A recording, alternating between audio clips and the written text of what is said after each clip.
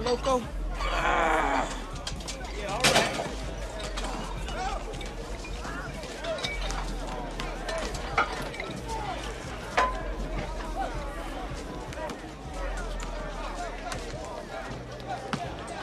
Time's up, motherfucker. Loco, Hey, what the fuck do you think you're doing, Darky? this brother is Hoover Deuce, motherfucker, straight like that. I don't care if he's your butt wife.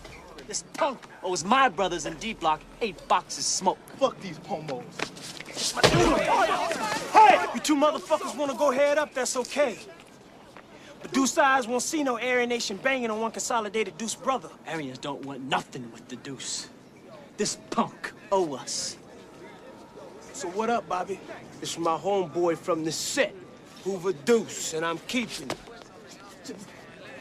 Just give me the drink. He ain't no Deuce. He's a motherfucking Sherm head. You take him, Bastille. I'm dead on you. You gonna owe Aryans 10 boxes. These Peckerwoods gonna make it real expensive, Bobby. This is an OG call. I'm keeping him. OG. Fuck.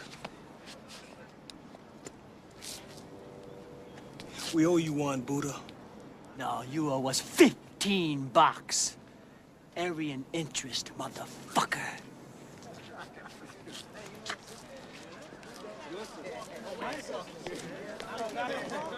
$15 of smokes, motherfucker. That shit wild right there. I don't know what's even more crazy is smoking a cigarette after you get done working out. But, you know, back in the day, shit was way different. You know what I mean? I know on them California penitentiaries, I'm sure, you know, all them level 3s, level 4s, that shit was different back when they had them free weights. You know, them free weights is pretty much gone out of all these penitentiaries. But, you know, back in the day, you know, having an OG or being an OG, you know, that came with respect. You know what I mean? An OG was in place to really, you know, help and mold you and really make sure that you was on point. You feel me? Nowadays, you know, OGs is like, you know what I mean? They don't know but even want to listen to no OG. And most cats that made their own little hoods and they might be 17, 18, 19 calling themselves an OG. But, you know, I came from a different era. You feel me? You know, I came up in the 90s. So, you know what I mean? Like the 80s, the 90s, OGs, gang banging, the whole nine.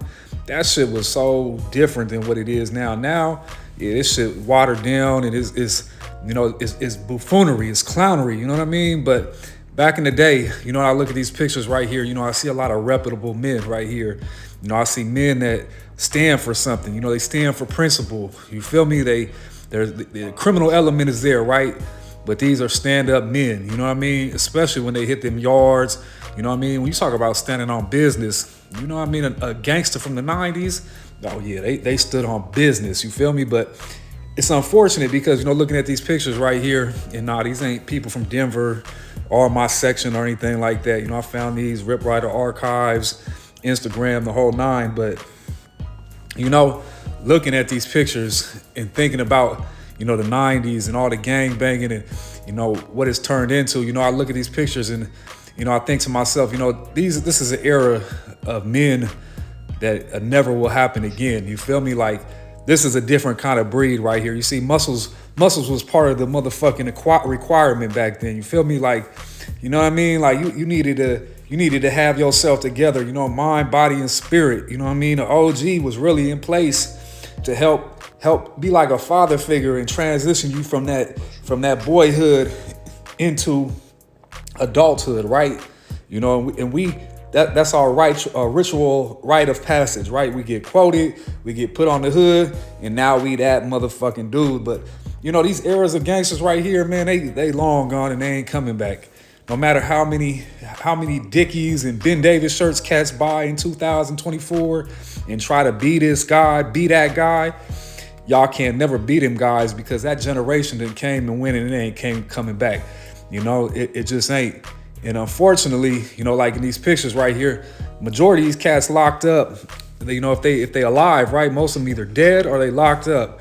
And for the ones that's living and breathing and have made it through all that struggle, may God continue to be on their side because, you know, when you get locked up and you do a lot of time and you've been gang banging and shit like that, you just become a fossil in a museum of a penitentiary.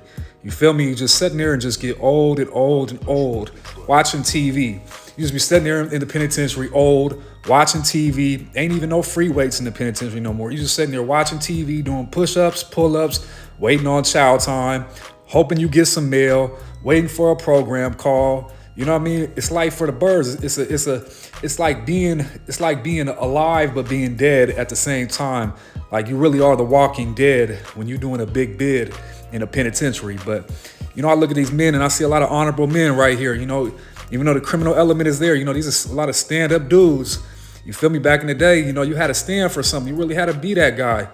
Nowadays, this shit right here, if you gang banging in 2024, man, I just shake my head at you because, I mean, ain't nothing gonna come from it.